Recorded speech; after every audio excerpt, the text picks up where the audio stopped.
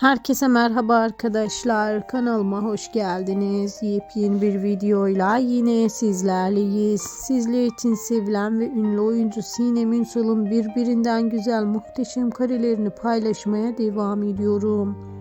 İşte sevilen ve ünlü oyuncudan birbirinden güzel reklam çekiminin muhteşem karelerini getirdiğim işte İpek Yolu reklam çekiminden gelen muhteşem kareler izleyici tarafından çok beğenildi. Herkes onu hayranlıkla izliyor. İşte yorumlar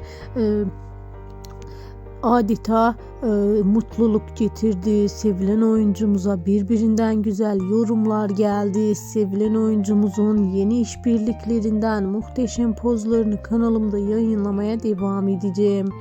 İşte birbirinden güzel pozları, dikkat çeken kareleriyle birbirinden güzel yeni işler getirmeye devam eden sevilen oyuncumuzun muhteşem pozlarını getirmeye devam ediyorum. Sizler de sevilen oyuncumuzdan gelen yeni muhteşem kareleri